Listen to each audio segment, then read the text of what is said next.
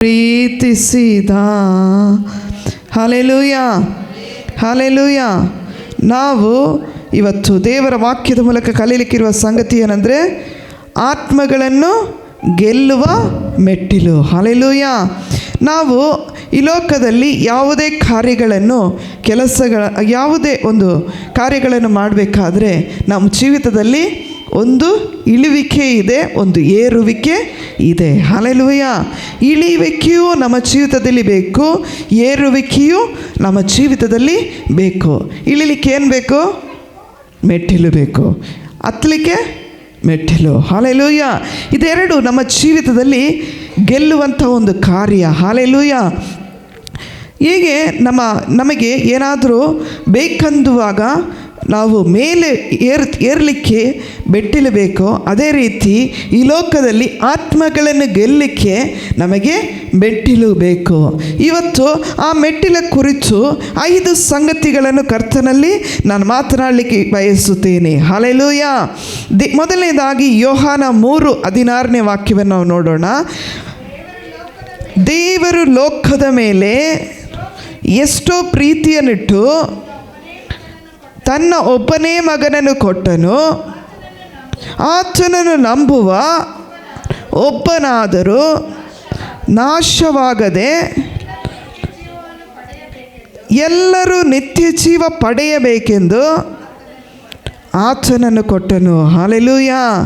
ಯೇಸು ಕ್ರಿಸ್ತನು ಇಲ್ಲಿ ದೇವರ ಪ್ರೀತಿಯ ಕುರಿತು ಮಾತನಾಡ್ರಿ ಎಂಬುದಾಗಿ ನಮಗೆ ಕಲಿಸಿಕೊಡುತ್ತಾನೆ. ಹಲ್ಲೆಲೂಯ. ಈ ಲೋಕದಲ್ಲಿ ದೇವರ ಪ್ರೀತಿ, ಒಬ್ಬ ವ್ಯಕ್ತಿಗೆ ಈ ಲೋಕದಲ್ಲಿ ಬೇಕಾದುದು ಮೊದಲನೇದು ಪ್ರೀತಿ. ಹಲ್ಲೆಲೂಯ. ಪ್ರೀತಿಗಾಗಿ ಜನರು ಏನು ಬೇಕಾದರೂ ಮಾಡುತ್ತಾರೆ, ಏನು ತ್ಯಾಗ ಬೇಕಾದರೂ ಮಾಡ್ತಾರೆ, ಏನು ಪ್ರಯಾಸ ಬೇಕಾದರೂ ಪಡುತ್ತಾರೆ. ಹಲ್ಲೆಲೂಯ.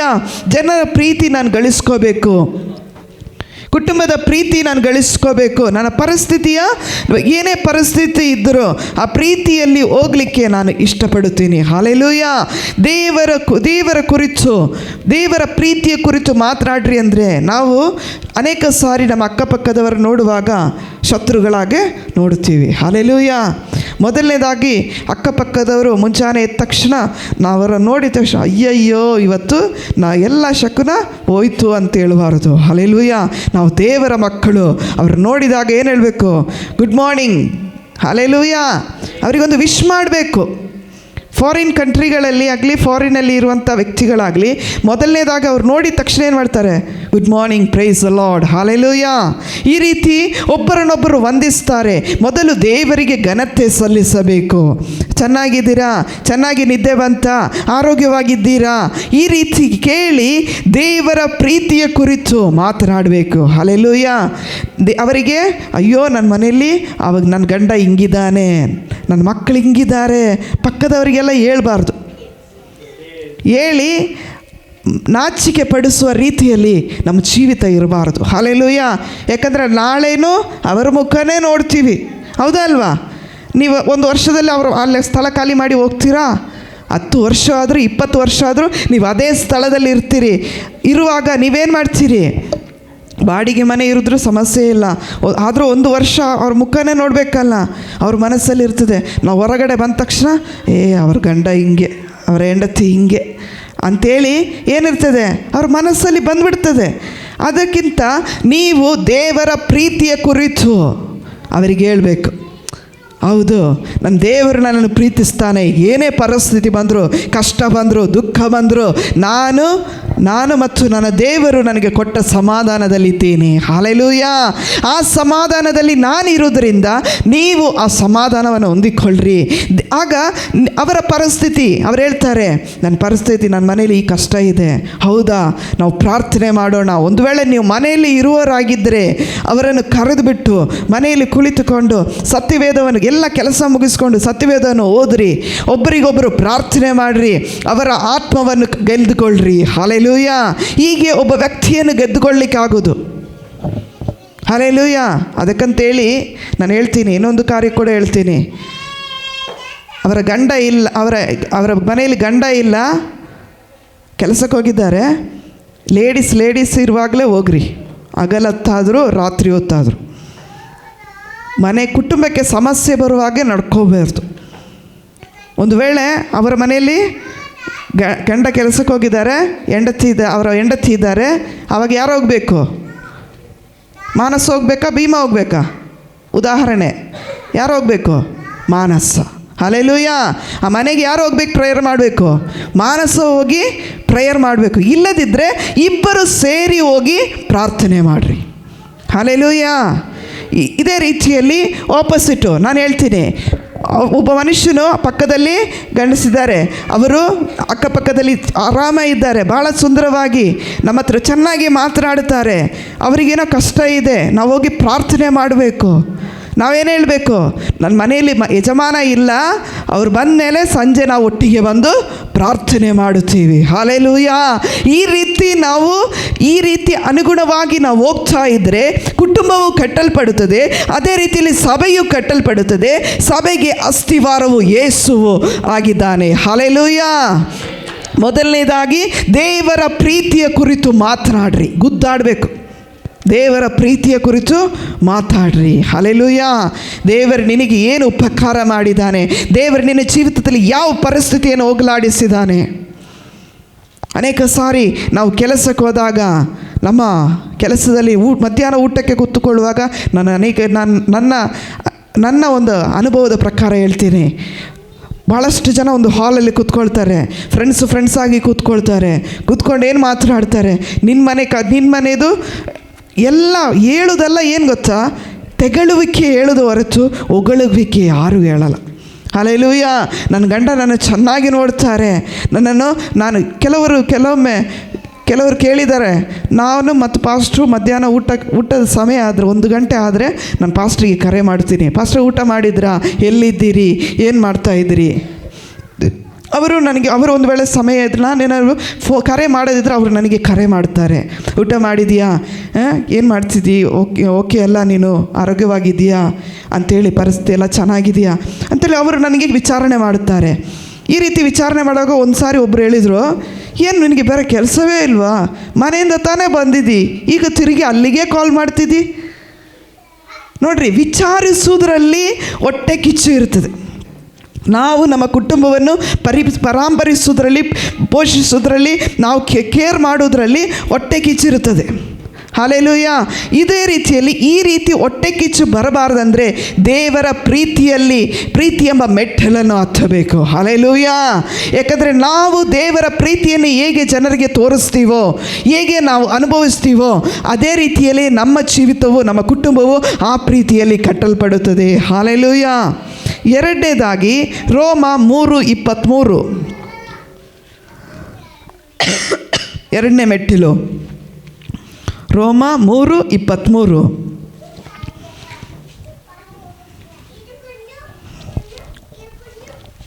ಬೇಗ ತೆಗೆದುಕೊಂಡು ಓದಿ. ರೋಮನ್ಸ್ 3:23. ಎಲ್ಲರೂ ಪಾಪ ಮಾಡಿ ದೇವರ ಮಹಿಮೆಯನ್ನು ಹೊಂದದೆ ಹೋಗಿದ್ದಾರೆ. ಹಲ್ಲೆಲೂಯ. ಈ ಲೋಕದಲ್ಲಿ ಎಲ್ಲರೂ ಪಾಪಿಗಳು. ಪಾಪ ಮಾಡದ ಯಾವ ವ್ಯಕ್ತಿಯೂ ಇಲ್ಲ. ತಾಯಿಯ ಗರ್ಭದಿಂದ ಬಂದಾಗಲೇ, ನೀನು ಪಿಂಡವಾಗಿರುವಾಗಲೇ ಪಾಪಿ ಎಂಬುದಾಗಿ ಹೇಳುತ್ತಾನೆ. ಪಾಪದಲ್ಲಿ ದೊಡ್ಡ ಪಾಪ ಸಣ್ಣ ಪಾಪ ಇಲ್ಲ. ಆನೆ ಕದ್ರು ಕಳ್ಳನೇ, ಅಡಿಕೆ ಕದ್ರು ಕಳ್ಳನೇ. ಹಲ್ಲೆಲೂಯ. ಪಾಪ ಪಾಪವೇ, ಚಿಕ್ಕದಾಗಲಿ ದೊಡ್ಡದಾಗಲಿ ಪಾಪ ಪಾಪವೇ. ಅದಕ್ಕಾಗಿ ಎಲ್ಲರೂ ಪಾಪ ಮಾಡಿದ್ದಾರೆಂದು ತಿಳ್ಕೊಳ್ಬೇಕು. ಪರಿಶುದ್ಧನು ಯಾರು? ಯೇಸು ಕ್ರಿಸ್ತನು ಮಾತ್ರ ಪರಿಶುದ್ಧನು. ದೇವರು ಮಾತ್ರ ಪರಿಶುದ್ಧನು. ಆ ಪರಿಶುದ್ಧತೆಯಲ್ಲಿ ನಾನು ಮತ್ತು ನೀನು ಜೀವಿಸಬೇಕೆಂಬುದೇ ಆತನು ಬಯಸುತ್ತಾನೆ. ಹಲ್ಲೆಲೂಯ. ಎಲ್ಲರೂ ಪಾಪ ಮಾಡಿದ್ದಾರೆಂದು ತಿಳ್ಕೊಳ್ರಿ. ಪಕ್ಕದ ಮನೆಯವರನ್ನು ನೋಡಿದಾಗ ಅವರು ಅವರ ಪರಿಸ್ಥಿತಿಗಳನ್ನು ನಿಮ್ಮ ಬಳಿ ಹೇಳಿಕೊಳ್ತಾರೆ, ಅವರ ಕಷ್ಟಗಳನ್ನು ನೀವು ಹೇಳಿಕೊಳ್ತಾರೆ. ಅದನ್ನೇ ಅಡ್ವಾನ್ಸ್ ಆಗಿ ತಗೋಬೇಡ್ರಿ. ಅದನ್ನೇ ನೀವು ಒಂದು ಹಿಡಿತ ಸಿಕ್ಕಿತು, ರಿಮೋಟ್ ಸಿಕ್ಕಿತು, ಈ ರಿಮೋಟಲ್ಲಿ ಅವರನ್ನು ಆಟ ಆಡಿಸುವ. ಅನೇಕ ಸಾರಿ ಪಕ್ಕದ ಆಂಟಿ ಏನು ಮಾಡ್ತಾರೆ, ಮನೆಯಲ್ಲಿದ್ದವರು ಪಕ್ಕದ ಆಂಟಿ ಹತ್ರ ಎಲ್ಲ ಕಥೆ ಹೇಳ್ಬಿಡ್ತಾರೆ. ಅವರಿಗೆಲ್ಲ ಅನುಕೂಲವಾದಾಗಿದ್ದಾಗ ಚೆನ್ನಾಗಿರುತ್ತಾರೆ. ಏನಾದರೂ ಹೆಚ್ಚು ಕಡಿಮೆ ಆದಾಗ ಅವರೇನು ಮಾಡ್ತಾರೆ? ಅವರು ನಮ್ಮ ಗಂಡನಿಗೆ ಟಾಂಟ್ ಇಡ್ತಾರೆ. ಅವರೇನು ಮಾಡ್ತಾರೆ?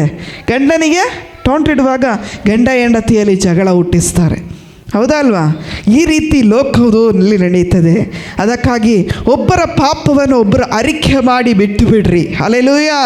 ಪಾಪವನ್ನು ಕುರಿತು ಒಬ್ಬರು ಪಾಪ ಮಾಡಿದಾರಾ, ತಪ್ಪು ಮಾಡಿದಾರಾ, ನಮ್ಮ ಮನೆಯಲ್ಲೇ ಆಗಲಿ ನಮ್ಮ ಪರಿಸರದಲ್ಲಿ ನಮ್ಮ ಪಕ್ಕದಲ್ಲಾಗಲಿ ಯಾರಾದರೂ ನಮಗೆ ವಿರುದ್ಧವಾಗಿ ನಡ್ಕೊಂಡ್ರೆ ಒಂದು ಸಾರಿ ಅವರ ತಪ್ಪುಗಳನ್ನು ಮಾತಾಡಿಬಿಟ್ರೆ ತಿರುಗಿ ಆ ಪಾಪದ ಕುರಿತು ಮಾತಾಡಬಾರ್ದು. ಹಲ್ಲೆಲೂಯಾ. ಏಕೆಂದರೆ ದೇವರ ವಾಕ್ಯ ಹೇಳುತ್ತದೆ, ಪೂರ್ವಕ್ಕೂ ಪಶ್ಚಿಮಕ್ಕೂ ಎಷ್ಟು ದೂರವೋ ಅಷ್ಟು ದೂರ ನಮ್ಮ ಪಾಪಗಳನ್ನು ನಮ್ಮಿಂದ ತೆಗೆದು ದೂರ ಮಾಡುತ್ತಾನೆ. ಹಲ್ಲೆಲೂಯಾ.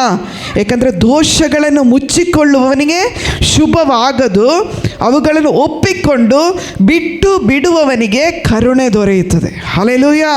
ಆ ಪಾಪದಲ್ಲೇ ತಲೀನರಾಗಿದ್ದರೆ ಕರುಣೆ ಸಿಕ್ಕಲ್ಲ, ದೇವರಿಂದ ಕರುಣೆ ಸಿಕ್ಕಲ್ಲ. ಹಲ್ಲೆಲೂಯಾ. ತಿರುಗಿ ನೀವು ಮೆಟ್ಲು ಹತ್ಲಿಕ್ಕೆ ಆಗಲ್ಲ. ನೀವೇನಾಡ್ತೀರಿ? ತಿರುಗಿ ಈ ಹಾವು ಏಣಿ ಆಟ ಆಡೋದು ನೋಡಿದ್ದೀರಾ? ಹಾವು ಏಣಿ ಆಟ ಆಡೋದು ನೋಡಿದ್ದೀರಲ್ಲ? ಅದು ಹೆಂಗಿರ್ತದೆ? ಮೇಲೆ ಹೋಗ್ತದೆ, ಹಂಗೇ ಏಣಿ ಕೆಳಗಿಳಿದು ಬರ್ತದೆ. ಹಲ್ಲೆಲೂಯಾ. ಇದೇ ರೀತಿಯಲ್ಲಿ ನಮ್ಮ ಜೀವಿತದಲ್ಲಿ ದೇವರಿಗೂ ನಮಗಿರುವಂಥ ಸಂಬಂಧ ಇಳಿದು ಬರುತ್ತದೆ. ಹಲ್ಲೆಲೂಯಾ. ಒಬ್ಬರ ತಪ್ಪುಗಳನ್ನು ಒಬ್ಬರು ಅರಿಕೆ ಮಾಡಿ ಬಿಟ್ಟು ಬಿಡಬೇಕು. ಪಾಪ ಮಾಡಿದಾರೆಂದು ತಿಳಿಯಿರಿ. ಎಲ್ಲರೂ ಪಾಪ ಮಾಡಿದ್ದಾರೆ, ಅವರಿಗಾಗಿ ಪ್ರಾರ್ಥನೆ ಮಾಡೋದು, ಆ ಆತ್ಮವನ್ನು ಗೆಲ್ಲಿಕೊಳ್ಳಬೇಕದೇ ನಮ್ಮ ಕರ್ತವ್ಯ. ಹಲ್ಲೆಲೂಯಾ. ನಾವು ಒಂದು ಮನೆಯಲ್ಲಿ ಇರ್ತೀವಿ, ಪಕ್ಕದಲ್ಲಿ ಏನು ಮಾಡ್ತೀವಿ? ಕುಡಿದುಕೊಂಡು ಜಗಳ ಮಾಡ್ತಿರ್ತಾರೆ. ನೀವೇನು ಮಾಡಿರಿ? ಅದೇ ಸಮಯಕ್ಕೆ ದೇವರಲ್ಲಿ ನಿಮ್ಮ ಮನೆಯಲ್ಲಿ ಮೊಣಕಾಲು ಊರಿರಿ. ಹಲ್ಲೆಲೂಯಾ. ಯಾರಿಗೋಸ್ಕರ ಮೊಣಕಾಲು ಇರಬೇಕು? ಆ ಆತ್ಮ ನಶಿಸಿ ಹೋಗಬಾರದು. ದೇವರೇ, ಅಲ್ಲಿ ಜಗಳ ಆಗ್ತಿದೆ, ಆ ಜಗಳದಿಂದ ಸಮಾಧಾನ ಕೊಡು, ಕುಟುಂಬಕ್ಕೆ ಆರೋಗ್ಯ ಕೊಡು. ಒಂದು ವೇಳೆ ಆ ಮನೆಯಲ್ಲಿ ರೋಗದಲ್ಲಿ ಯಾರೋ ಮಲ್ಕೊಂಡಿದ್ದಾರೆ, ಹೋದರೆ ಅವ್ರಿಗೆ ಇಷ್ಟ ಆಗಲ್ಲ. ನೀವೇನು ಮಾಡಿರಿ? ನಿಮ್ಮ ಮನೆಯಲ್ಲಿ ಮೊಣಕಾಲು ಉಲ್ರಿ. ಹಲ್ಲೆಲೂಯಾ. ಏಕೆಂದರೆ ನಮ್ಮ ದೇವರು ಸಮೀಪಕ್ಕೂ ದೂರಕ್ಕೂ ದೇವರಾಗಿದ್ದಾನೆ. ಹಲ್ಲೆಲೂಯಾ. ನಮ್ಮ ದೇವರು ಹೇಗಿದ್ದಾನೆ?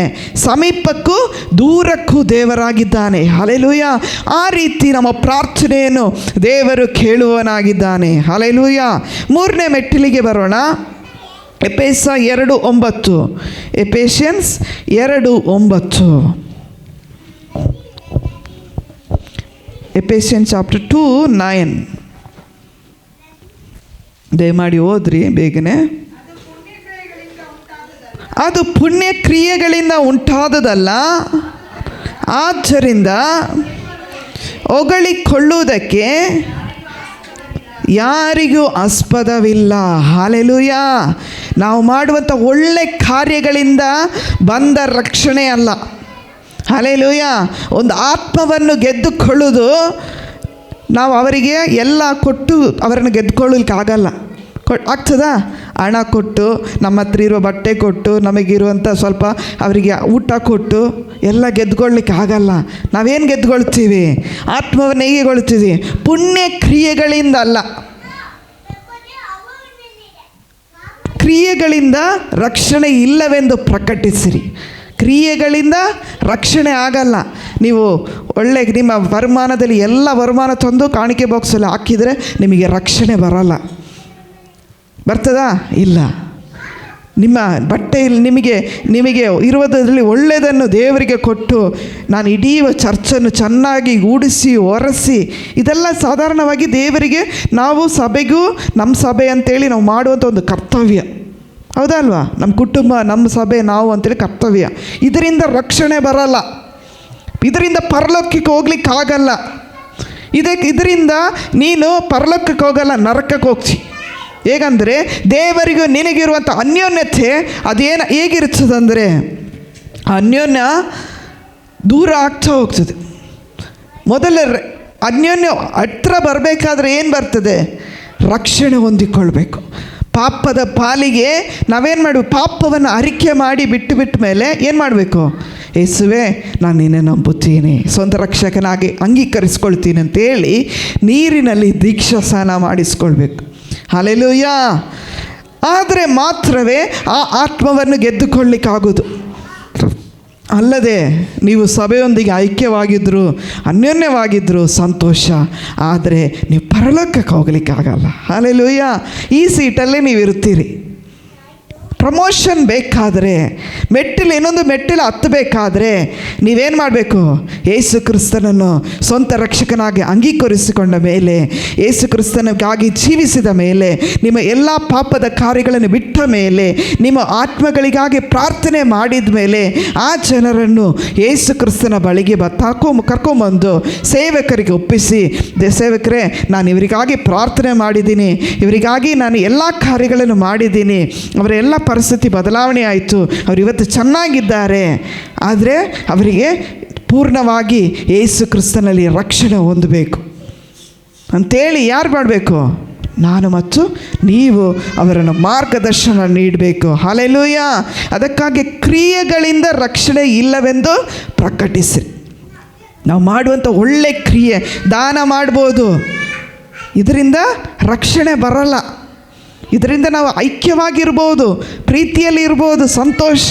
ಆದರೆ ಇದು ನಮ್ಮನ್ನು ಪರಲೋಕಕ್ಕೆ ಕೊಂಡೊಯ್ಯಲ್ಲ. ಪರಲೋಕಕ್ಕೆ ಕೊಂಡೊಯ್ಯೋದು ಯಾವುದು?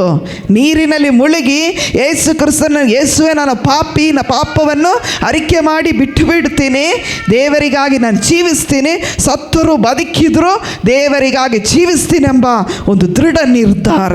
ಹಲ್ಲೆಲೂಯಾ. ಲೋಕದಲ್ಲಿ ಎಷ್ಟೇ ಶೋಧನೆ ಬರಲಿ, ಹೋರಾಟ ಬರಲಿ, ಯೇಸುವನ್ನು ಬಿಟ್ಟು ಹಿಂಜಾರಿ ಹೋಗಲ್ಲ. ಹಲ್ಲೆಲೂಯಾ. ಇದೇ 3ನೇ ಮೆಟ್ಟಿಲು. ಹಲ್ಲೆಲೂಯಾ. 4ನೇ ಮೆಟ್ಟಿಲಿಗೆ ಹೋಗೋಣ. ಅಪೊಸ್ತಲ ಕೃತ್ಯಗಳು 4:12. ಅಪೊಸ್ತಲ ಕೃತ್ಯಗಳು 4:12. Acts chapter 4:12.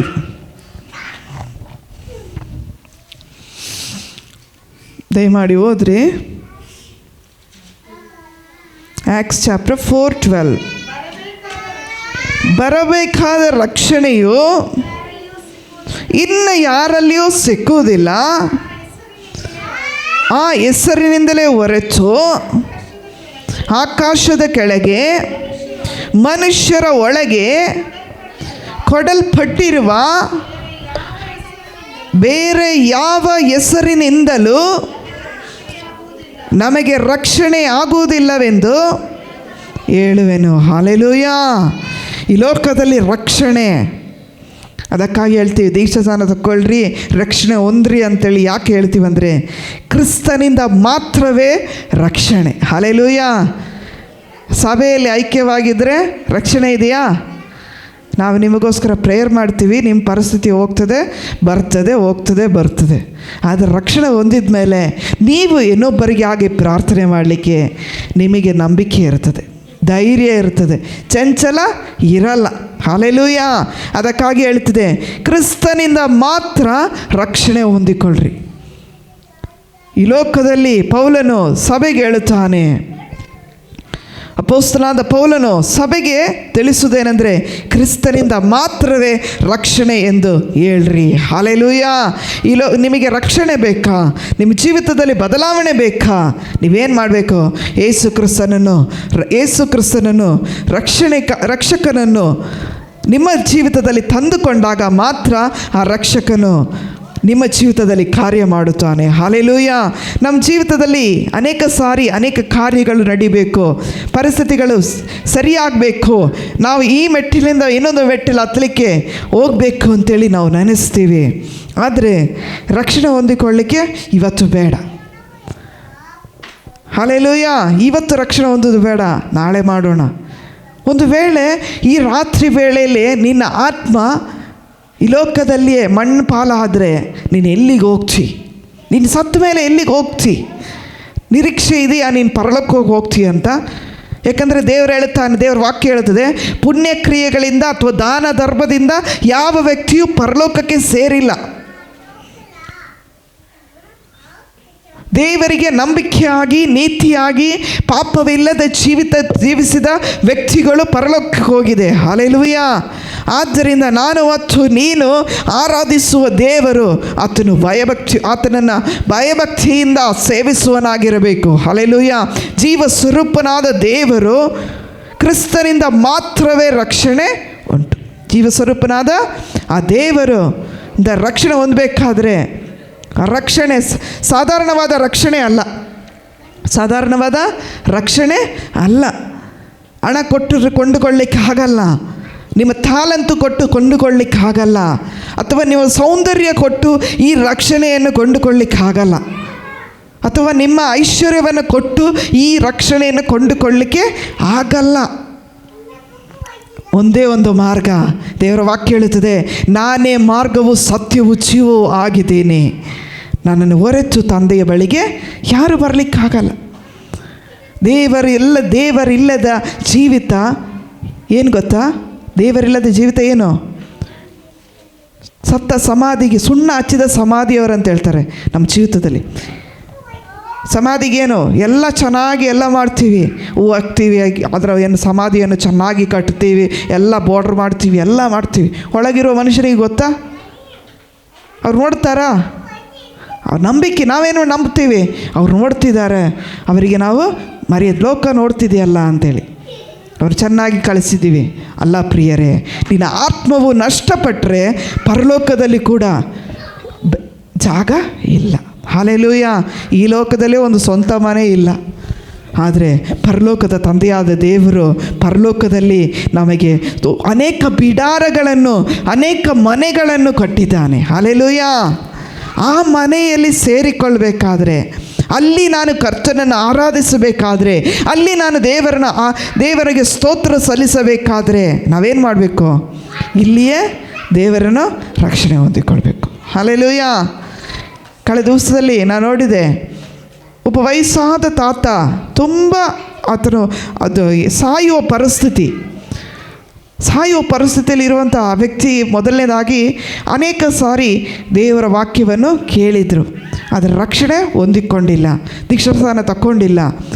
ಆಸ್ಪತ್ರೆಯಲ್ಲಿ ಆ ವ್ಯಕ್ತಿ ಕೇಳಿದ್ದೇನು ಗೊತ್ತಾ? ಪಾಸ್ಟರ್ ನೋಡಬೇಕು ಅಂತ ಹೇಳಿದರು.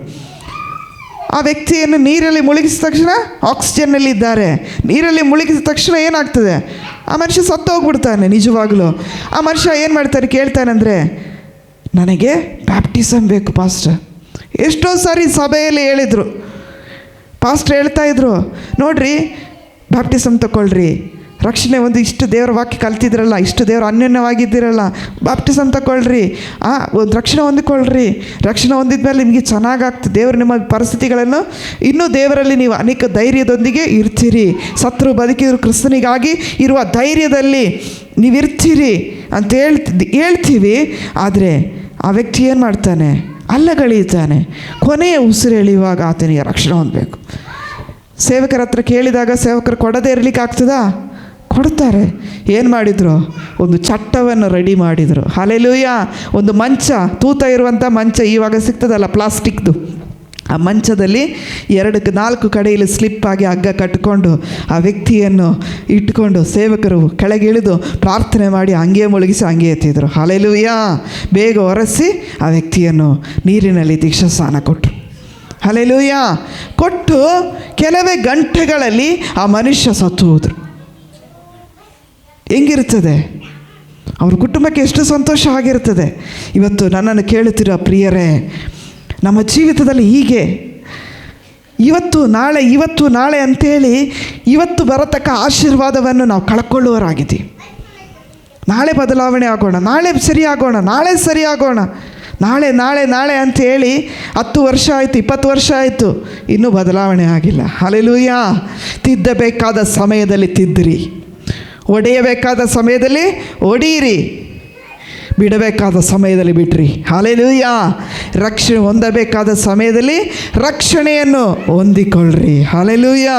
ಕೊನೆಯದಾಗಿ ಯೋಹಾನ 1:12 ವಾಕ್ಯ. ಯೋಹಾನ 1:12. ಜಾನ್ ಚಾಪ್ಟರ್ 1:12, 5ನೇ ಮೆಟ್ಟಿಲು.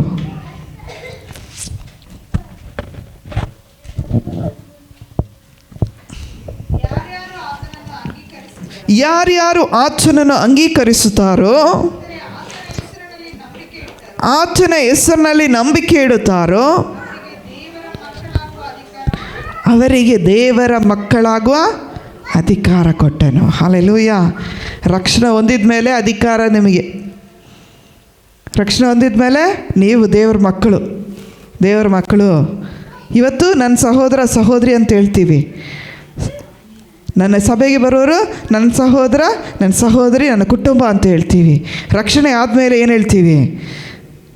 ನಾವು ಈ ಕ್ರಿಸ್ತನನ್ನು ಸ್ವೀಕರಿಸಲು ನಮಗೆ ಅವಕಾಶ ಕೊಡ್ರಿ. ಕ್ರಿಸ್ತನನ್ನು ಸ್ವೀಕರಿಸಲಿಕ್ಕೆ ನಮ್ಮ ಜೀವಿತದಲ್ಲಿ ಏನು ಕೊಡಬೇಕು? ಅವಕಾಶ ಕೊಡಬೇಕು. ಯಾರ್ಯಾರು ಆತನನ್ನು ಅಂಗೀಕರಿಸ್ತಾರೋ, ಅಂದರೆ ಆತನ ಹೆಸರಿನಲ್ಲಿ ನಂಬಿಕೆ ಇಡುತ್ತಾರೋ, ಅವರಿಗೆ ದೇವರ ಮಕ್ಕಳಾಗುವಂಥ ಅಧಿಕಾರ ಕೊಟ್ಟನು. ನಿನಗೆ ಅಧಿಕಾರ ಬೇಕು. ದೇವರ ಮಕ್ಕಳು, ನಾನಿವತ್ತು ದೇವರ ಮಕ್ಕಳು. ರಕ್ಷಣೆ ಹೊಂದಿದ ಮೇಲೇ ನೀವು ಹೇಳಲಿಕ್ಕಾಗೋದು, ನಾನು ದೇವರ ಮಗು, ನನ್ನ ಮಗಳು. ನನಗೋಸ್ಕರ ನನ್ನ ಎಲ್ಲ ಪರಿಸ್ಥಿತಿಯಲ್ಲಿ ದೇವರು ನಿಂತುಕೊಳ್ತಾನೆ. ದೇವರು ನನಗೋಸ್ಕರ ಯುದ್ಧ ಮಾಡುತ್ತಾನೆ. ದೇವರ ವಾಕ್ಯ ಹೇಳುತ್ತದೆ, ನನ್ನ ಕಣ್ಣುಗುಡ್ಡೆಯನ್ನು, ನನ್ನ ದೇವರ ಮಕ್ಕಳ ಕಣ್ಣುಗುಡ್ಡೆಯನ್ನು ತಾಕುವವನನ್ನು ನಾನು ತಾಕುತ್ತೀನಿ. ನೀನು ಪರಿಶುದ್ಧನಾಗಿ ಜೀವಿಸಿ, ದೇವರ ಮುಂದೆ ಭಯಭಕ್ತಿಯುಳ್ಳವನಾಗಿ ಜೀವಿಸಿ, ಬೇರೆಯವರು ನಿನಗೆ ವಿರುದ್ಧವಾಗಿ ಹೇಳುವಾಗ ದೇವದೂತನಾಗಿ ಆತನೇ ನಿಂತುಕೊಳ್ಳುತ್ತಾನೆ. ಹಲ್ಲೆಲೂಯಾ. ಅದಕ್ಕಾಗಿ ಕೀರ್ತನೆಯಲ್ಲಿ ಹೇಳ್ತಾರೆ, 34ನೇ ಕೀರ್ತನೆಯಲ್ಲಿ, ನಿನ್ನ ಭಯಭಕ್ತಿಯುಳ್ಳವರ ಸುತ್ತಲೂ ನಾನು ಕಾವಲಾಗಿದ್ದು ಕಾಪಾಡುತ್ತೀನಿ. ಭಯಭಕ್ತಿ ಉಳ್ಳವರ ಸುತ್ತಲೂ ದೇವರ ವಾಕ್ಯ ಹೇಳುತ್ತದೆ, ದೇವರನ್ನು ಅನುಭವದಿಂದ ರುಚಿಸಿ ನೋಡ್ರಿ. ರಕ್ಷಣೆ ಹೊಂದಿದ ಮೇಲೇ ರುಚಿಸಿ ನೋಡಲಿಕ್ಕೆ ಆಗೋದು, ಹೌದಾ ಅಲ್ವಾ? ಬಿರಿಯಾನಿ ಮಾಡೋ ಮೊದಲೇ ಅನ್ನ ಪಾತ್ರೆ ಇಟ್ಟಾಗೆಲ್ಲ ರುಚಿಸಿ ನೋಡಿಬಿಡ್ತೀರಾ, ಈ ಬಿರಿಯಾನಿ ಅಷ್ಟು ಚೆನ್ನಾಗಿದೆ ಅಂತ ಹೇಳ್ತೀರಾ? ಇಲ್ಲ. ಏನು ಮಾಡ್ತೀವಿ? ಬಿರಿಯಾನಿ ಕಂಪ್ಲೀಟ್ ಆದಮೇಲೆ ಏನು ಹೇಳ್ತೀವಿ? ಒಂದು ಊಟ ತಗೊಂಡು ತಿನ್ನುವಾಗ ಏನಾಗ್ತದೆ? ಭಾಳ ಟೇಸ್ಟ್ ಇದೆ. Oh taste and see that the Lord is good. ದೇವರನ್ನು ಅನುಭವದಿಂದ ರುಚಿಸಿ ನೋಡ್ರಿ. ಕ್ರಿಸ್ತನನ್ನು ಸ್ವೀಕರಿಸಲು ಅವಕಾಶ ಕೊಡ್ರಿ. ಇವತ್ತು ದೇವರನ್ನು ಸ್ವೀಕರಿಸಲಿಕ್ಕೆ ಅವಕಾಶ ಕೊಡ್ರಿ. ನಮ್ಮ ಹೃದಯವನ್ನು ಕೊಡ್ತಾ ಇಲ್ಲ. ನಾವೇನು ಮಾಡ್ತೀವಿ? ದೇವರಿಗೆ ಇಷ್ಟವಿಲ್ಲದ ಸಂಗತಿಗಳನ್ನು ಮಾಡಿ ಆತ್ಮವೆಂಬ ಮೆಟ್ಟಲನ್ನು ಹತ್ತುವುದನ್ನೇ ಮರೆತು ಬಿಡ್ತೀವಿ. ಹಲ್ಲೆಲೂಯಾ. ಎಲ್ಲರಿಗೂ ಆಸೆ ಇದೆ ಆತ್ಮಗಳನ್ನು ಗೆಲ್ಲಬೇಕಂತೇಳಿ. ಮೊದಲನೇದಾಗಿ ದೇವರ ಪ್ರೀತಿಯ ಕುರಿತು ಮಾತಾಡ್ರಿ. ಯಾರನ್ನಾದರೂ ನೋಡಿದರೆ ಯಾವುದ್ರ ಕುರಿತು ಮಾತನಾಡಬೇಕು? ದೇವರ ಪ್ರೀತಿಯ ಕುರಿತು ಮಾತನಾಡ್ರಿ. ಎರಡನೇದು, ಎಲ್ಲರೂ ಪಾಪ ಮಾಡಿದಾರೆಂದು ತಿಳ್ಕೊಳ್ಳ್ರಿ. ಎಲ್ಲರೂ ಪಾಪ ಮಾಡಿದಾರೆಂದು ತಿಳಿಕೊಳ್ಳಿರಿ. ಕ್ರಿಯೆಗಳಿಂದ ರಕ್ಷಣೆ ಇಲ್ಲವೆಂದು ಪ್ರಕಟಿಸಿರಿ. ಕ್ರಿಯೆಗಳಿಂದಲೇ ಇಲ್ಲ, ರಕ್ಷಣೆ ಇಲ್ಲ. ಹಲ್ಲೆಲೂಯಾ. ಕ್ರಿಸ್ತನಿಂದ ಮಾತ್ರ ರಕ್ಷಣೆ ಎಂದು ಹೇಳ್ರಿ. ಐದನೇದು, ಕ್ರಿಸ್ತನನ್ನು ಸ್ವೀಕರಿಸಲು ಅವಕಾಶ ಕೊಡ್ರಿ. ಹಲ್ಲೆಲೂಯಾ. ಈ ಲೋಕದಲ್ಲಿ ಎಲ್ಲದಕ್ಕೂ ನಾವು ಅವಕಾಶ ಮಾಡಿಕೊಡ್ತೀವಿ. ಒಳ್ಳೆ ಕೆಲಸಕ್ಕೆ ಅಥವಾ ಇವತ್ತು ತಂದೆ ತಾಯಿಗಳಿಗೆ ಒಂದು ಕಿವಿ ಮಾತು ಹೇಳ್ತೀವಿ. ಮಕ್ಕಳಿಗೆ ಒಳ್ಳೆ ಬಟ್ಟೆ ಕೊಡ್ತೀವಿ, ಒಳ್ಳೆ ಆಹಾರ ಕೊಡ್ತೀವಿ, ಒಳ್ಳೆ ಊಟ ಕೊಡ್ತೀವಿ, ಎಲ್ಲ ಕೊಡ್ತೀವಿ. ಅವ್ರು ಕೇಳೋದೆಲ್ಲ ಅವರಿಗೆ ಇಸ್ಕೊಡ್ತೀವಿ. ಆದರೆ ಅವರ ಜೀವಿತವನ್ನು ಒಂದು ಮಾರ್ಗದರ್ಶನ ನಾವು ಮಾಡಬೇಕು. ನಮ್ಮ ದೇವರನ್ನು ಸ್ವೀಕರಿಸಲು ಅವಕಾಶ ಕೊಡಬೇಕು. ಹಲ್ಲೆಲೂಯಾ. ನಾವು ಹಿಂಬಾಲಿಸುವಂಥ ಯೇಸುವನ್ನು ಸ್ವೀಕರಿಸಲಿಕ್ಕೆ ಅವರ ಹೃದಯದಲ್ಲಿ ಅವಕಾಶ ಮಾಡಿಕೊಡಬೇಕು. ಹಲ್ಲೆಲೂಯಾ. ನಾವು ಬದುಕಿ ಆಯಿತು, ಬಾಳಿ ಆಯಿತು, ಜೀವನ ಬಂದಾಯಿತು, ಅರ್ಧಕ್ಕೆ ಬಂತು. ಇನ್ನು ಅರ್ಧ ದಾಟಿದರೆ 70, ಬೆಲೆ ಹೆಚ್ಚಿದ್ರೆ 80. ಹಲ್ಲೆಲೂಯಾ. ಅರ್ಧಕ್ಕೆ ಬರ್ತಾಯಿದ್ದೀವಿ. ನಾವು ಬದುಕಿ ಆಯಿತು. ನಮ್ಮ ಜೀವಿತದ ಹಾಗೆ ನಮ್ಮ ಮಕ್ಕಳ ಜೀವಿತ ಇರಬಾರ್ದು. ಹಲ್ಲೆಲೂಯಾ. ಏಕೆಂದರೆ ಆತ್ಮಗಳನ್ನು ಗೆಲ್ಲುವ ಮೆಟ್ಟಲು ಅದು ಏನೆಂದರೆ ದೇವರನ್ನು ಸ್ವೀಕರಿಸಿದಾಗ ಮಾತ್ರ.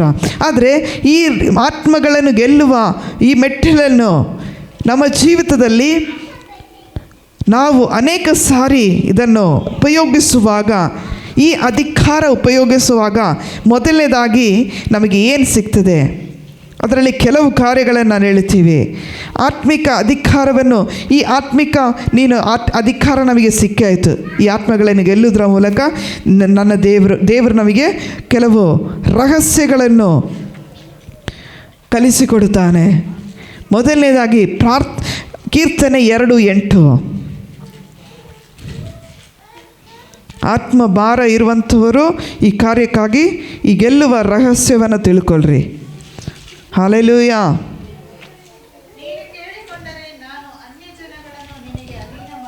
ನೀನು ಕೇಳಿಕೊಂಡರೆ ಅನ್ಯ ಜನಗಳನ್ನು ನಿನಗೆ ಅಧೀನ ಮಾಡುತ್ತೀನಿ. ಹಲ್ಲೆಲೂಯಾ. ಭೂಮಿಯ ಕಟ್ಟಕಡೆಯವರೆಗೂ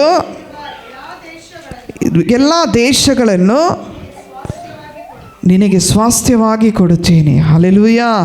ನಮ್ಮ ದೇವರಿಗೆ ನಾವೇನು ಮಾಡಬೇಕು? ರಕ್ಷಣೆ ಹೊಂದಿದಂಥ ನಾವು ರಕ್ಷಣೆ ಹೊಂದಿದ ನಾವು ಏನು ಮಾಡಬೇಕು? ಅನ್ಯ ಜನರನ್ನು ದೇವರಿಗಾಗಿ ಅನ್ಯ ಜನರಿಗಾಗಿ ನಾನು ಮತ್ತು ನೀನು ಮೊರೆ ಇಟ್ಟು ಪ್ರಾರ್ಥನೆ ಮಾಡಬೇಕು. ಹಲ್ಲೆಲೂಯ. ನಾವು ಮೊರೆ ಇಟ್ಟಾಗ ದೇವರು ಖಂಡಿತವಾಗಿ ಅನ್ಯ ಜನಗಳನ್ನು ನಿಮಗೆ ಕೊಡುತ್ತಾರೆ. ಹಲ್ಲೆಲೂಯ. ದೇವರ ಮಾರ್ಗ ತೋರುತ್ತಾನೆ. ಇನ್ನೊಂದು ಕಾರ್ಯ ಹೇಳುತ್ತೇನೆ, ಮತ್ತಾಯನ ಸುವಾರ್ತೆ 5:16. ಮತ್ತಾಯನ ಸುವಾರ್ತೆ 5:16. Matthew chapter 5:16. ಅದರಂತೆ ನಿಮ್ಮ ಬೆಳಕು ಜನರ ಮುಂದೆ ಪ್ರಕಾಶಿಸಲಿ. ಹೀಗಾದರೆ ಅವರು ನಿಮ್ಮ ಒಳ್ಳೆ ಕ್ರಿಯೆಗಳನ್ನು ನೋಡಿ ಪರಲೋಕದಲ್ಲಿರುವ ನಮ್ಮ ತಂದೆಯನ್ನು ಕೊಂಡಾಡುವರು. ಹಲ್ಲೆಲೂಯ. ಈ ಸಂತೋಷ ಬೇಕಾ ಬೇಡವಾ? ಸಂತೋಷ ಬೇಕಲ್ಲ? ದೇವರ ಸಮ್ಮುಖದಲ್ಲಿ ಒಳ್ಳೆ ಕಾರ್ಯ ಸತ್ಕ್ರಿಯೆಗಳನ್ನು ತುಂಬಿದ ಜೀವಿತ, ನಮ್ಮ ಜೀವಿತದಲ್ಲಿ ಒಳ್ಳೆ ಕಾರ್ಯಗಳನ್ನು ಯಾವುದಂದರೆ ಆ ವ್ಯಕ್ತಿಗಳ ಅನ್ಯ ಜನರಿಗಾಗಿ ನಾವು ಪ್ರಾರ್ಥನೆ ಮಾಡಿ ಅವರನ್ನು ರಕ್ಷಣೆ ಪಡಿಸಿ ಅವರನ್ನು ದೇವರ ಸಮ್ಮುಖದಲ್ಲಿ ತಂದು ಕೊಂಡಾಡುವಾಗ ಅದು ದೇವರಿಗೆ ಇಲ್ಲೂ ಸಂತೋಷ, ಅದು ಪರಲೋಕದಲ್ಲಿಯೂ ಸಂತೋಷ. ಹಲ್ಲೆಲೂಯ. ಈ ಸಂತೋಷಕ್ಕಾಗಿ ನಾವು ದೇವರ ಸಮ್ಮುಖದಲ್ಲಿ ಎಲ್ಲರೂ ಎದ್ದು ನಿಂತುಕೊಂಡು, ದೇವರೇ, ಈ ಆತ್ಮಗಳನ್ನು ಗೆಲ್ಲುವ ಈ ಮೆಟ್ಟಲಲ್ಲಿ ಜೀವಿಸಲಿಕ್ಕೆ, ಆತ್ಮಗಳನ್ನು ಗೆಲ್ಲುವಂಥ ರಹಸ್ಯವನ್ನು ನಾನು ತಿಳ್ಕೊಳ್ಳಿಕ್ಕೆ ನನಗೆ ಕೃಪೆ ಮಾಡು, ನನಗೆ ಜ್ಞಾನ ಕೊಡು, ಬುದ್ಧಿ ಕೊಡು ಎಂಬುದಾಗಿ ದೇವರಲ್ಲಿ ಕೇಳ್ರಿ. ದೇವರೇ, ನಾನು ಅಲ್ಪರು, ಅಯೋಗ್ಯರು, ಯಾತಕಬಾರದವರು. ಅಪ್ಪ, ಈ ಪರಿಸ್ಥಿತಿ, ಈ ಸ್ಥಳಕ್ಕೆ ನಾನು ಹೊಸದಾಗಿರ್ಬೋದು, ಈ ಪ್ರಾಂತ್ಯಕ್ಕೆ ನಾನು ಹೊಸದಾಗಿರ್ಬೋದು, ಆದರೆ ದೇವರು ನನ್ನನ್ನು ಹೊಸದಾಗಿ ಅಲ್ಲ, ದೇವರು ತಾಯಿಯ ಗರ್ಭದಲ್ಲಿರುವಾಗಲೇ ನಮ್ಮನ್ನು ತಿಳಿದ ದೇವರು. ಹಲ್ಲೆಲೂಯ. ಪಿಂಡವಾಗಿರುವಾಗಲೇ ನಮ್ಮನ್ನು ತಿಳಿದ ದೇವರು. ಆ ತಿಳಿದಂಥ ದೇವರನ್ನು ನನ್ನ ದೇವರಿಗೆ ನಾನು ನನ್ನಿಂದ ಏನು ಕೊಡಲಿಕ್ಕೆ ಸಾಧ್ಯ? ಯಾವ ಕಾರ್ಯವನ್ನು ಮಾಡಲಿಕ್ಕೆ ಸಾಧ್ಯ? ನನಗಿರುವಂಥ ಒಂದು ಜೀವಿತ, ಅದು ನಾನು ದೇವರಿಗಾಗಿ ಕೊಡುತ್ತೇನೆ. ಸತ್ಯವೇದದಲ್ಲಿ ದಾವೀದನು ಹೇಳುತ್ತಾನೆ, ಪ್ರಾಣ ಇರುವವರೆಗೂ ಯೆಹೋವನನ್ನೇ ಸ್ತುತಿಸುವೆನು, ಜೀವಮಾನವೆಲ್ಲ ನನ್ನ ದೇವರನ್ನು ಕೊಂಡಾಡುತ್ತೇನೆಂಬುದಾಗಿ. ಇವತ್ತು ನನ್ನನ್ನು ಕೇಳುತ್ತಿರೋ ನನ್ನ ಸಹೋದರ ಸಹೋದರಿ, ಕರ್ತನಲ್ಲಿ ಪ್ರಿಯರೇ, ನಾನು ನಿಮಗೆ ಹೇಳುತ್ತೇನೆ, ಯೇಸುವನ್ನು ಸ್ವಂತ ರಕ್ಷಕನಾಗಿ ಅಂಗೀಕರಿಸಿಕೊಳ್ಳಲಿಕ್ಕೆ ಇದೊಂದು ಒಳ್ಳೆಯ ಸಂದರ್ಭ. ದೇವರಿಗಾಗಿ ನಿಮ್ಮನ್ನು ಒಪ್ಪಿಸಿಕೊಡಲಿಕ್ಕೆ ನಿಮ್ಮ ಯಾರನ್ನು ನೋಡಬೇಡ್ರಿ, ನಾನು ದೇವರಿಗಾಗಿ ನನ್ನ ಹೃದಯವನ್ನು ಒಪ್ಪಿಸಿಕೊಡ್ತೀನಿ ಎಂಬುದಾಗಿ, ನಾನು ಏನೇ ಪರಿಸ್ಥಿತಿ ಬಂದರೂ ಕ್ರಿಸ್ತನಿಗಾಗಿ ಜೀವಿಸ್ತೀನೆಂಬ ಆ ಮೆಟ್ಟಿಲನ್ನು ಹತ್ತುತ್ತೀನೆಂಬ ಒಂದು ಧೈರ್ಯವನ್ನು ನನಗೆ ಕೊಡು ಎಂಬುದಾಗಿ ಯಾರೆಲ್ಲ ಆಸಕ್ತಿಯಿಂದ ಕೇಳ್ತೀರೋ ದೇವರ ಮುಂದೆ ಕೈ ಚಾಚಿರಿ, ಕೈಗಳನ್ನು ಮೇಲೆ ಕೆತ್ತಿ ದೇವರಿಗೆ ಸ್ತೋತ್ರ ಮಾಡಿರಿ. ಈ ಕೊಟ್ಟಿರುವಂಥ ಒಂದು ಜೀವಿತ, ನನ್ನ ಮೂಲಕ ಅನೇಕರು ಯೇಸುವನ್ನು ತಿಳ್ಕೊಳ್ಬೇಕು. ನನಗೆ ನೀನು ಮಾಡಿದ ಒಳಿತಿನಿಂದ ದೇವರೇ, ಯೇಸುವೆ, ಜನರು ನಿನ್ನನ್ನು ತಿಳ್ಕೊಳ್ಬೇಕು. ಯೇಸುವೆ, ನಿನಗೆ ಸ್ತೋತ್ರ. ನನ್ನಲ್ಲಿರುವಂಥ ಅಶುದ್ಧ ಕಾರ್ಯಗಳು, ಇಷ್ಟವಿಲ್ಲದ ಕಾರ್ಯಗಳು ನನ್ನಿಂದ ತೆಗೆದುಹಾಕೋ. ನಿನಗೆ ಪ್ರಿಯನಾಗಿ ನಡೆದುಕೊಳ್ಳಿಕ್ಕೆ, ನಿನಗೆ ಪ್ರಿಯಳಾಗಿ ನಡೆದುಕೊಳ್ಳಿಕ್ಕೆ ನನಗೆ ಕೃಪೆ ಕೊಡು. ನಿನ್ನ ನಾಮ ಮಹಿಮೆಗೊಳ್ಳಲಿ, ಯೇಸುವಿನ ನಾಮದಲ್ಲಿ ತಂದೆ, ಆಮೆನ್. ಹಲ್ಲೆಲೂಯ. ಹಾಗೆ ನಿಂತಿರುವಾಗ ಒಂದು ಹಾಡನ್ನು ಹಾಡುವಾಗ ಕಾಣಿಕೆ ಕೂಡಿಸಲ್ಪಡುತ್ತದೆ. ಯಾರಾದರೂ ಬಂದು ಒಂದು ಹಾಡನ್ನು ಹಾಡ್ರಿ.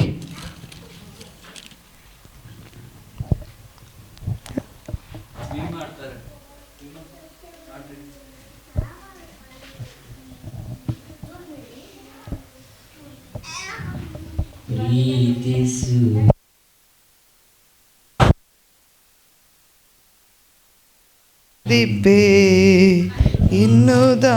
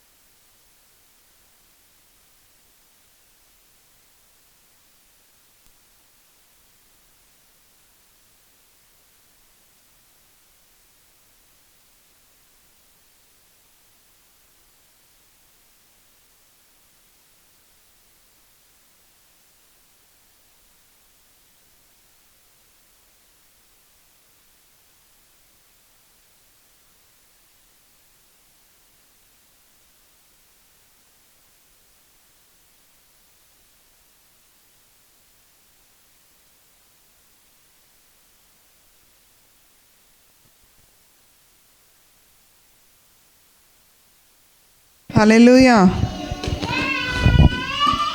ಪ್ರೇಯರ್ ಮುಡಿಚಿಟ್ಟು ನಾವೆಲ್ಲರೂ ಎದ್ದು ನಿಂತುಕೊಂಡು ಕೊನೆಯದಾಗಿ 1 ನಿಮಿಷ ನಾವು ಕಣ್ಣುಗಳನ್ನು ಮುಚ್ಚಿ ನಾವೆಲ್ಲರೂ ಎದ್ದು ನಿಂತುಕೊಂಡು, ದೇವರೇ ನಮ್ಮ ದೇಶಕ್ಕಾಗಿ ಸ್ತೋತ್ರ. ಎಲ್ಲರೂ ಕೈಗಳನ್ನು ಎತ್ತರಿ. ನಮ್ಮ ದೇಶಕ್ಕಾಗಿ ಸ್ತೋತ್ರ, ರಾಜ್ಯಕ್ಕಾಗಿ ಸ್ತೋತ್ರ, ಜಿಲ್ಲೆಗಾಗಿ ಸ್ತೋತ್ರ, ಪಟ್ಟಣಕ್ಕಾಗಿ ಸ್ತೋತ್ರ, ಎಲ್ಲ ಅಧಿಕಾರಿಗಳಿಗಾಗಿ ಸ್ತೋತ್ರ. ದೇವರೇ ನಮ್ಮ ಹಾಗೆ ಇವತ್ತು ನಾವು ಜೀವಂತವಾಗಿ ಆರೋಗ್ಯವಾಗಿ ಇದ್ದೀವಿ. ಎಷ್ಟೋ ಜನರು ಆಸ್ಪತ್ರೆಯಲ್ಲಿ ಮರಣದ ಹಾಸಿಗೆಯನ್ನು ದಾಟಿ ಹೋಗ್ತಿದ್ದಾರೆ.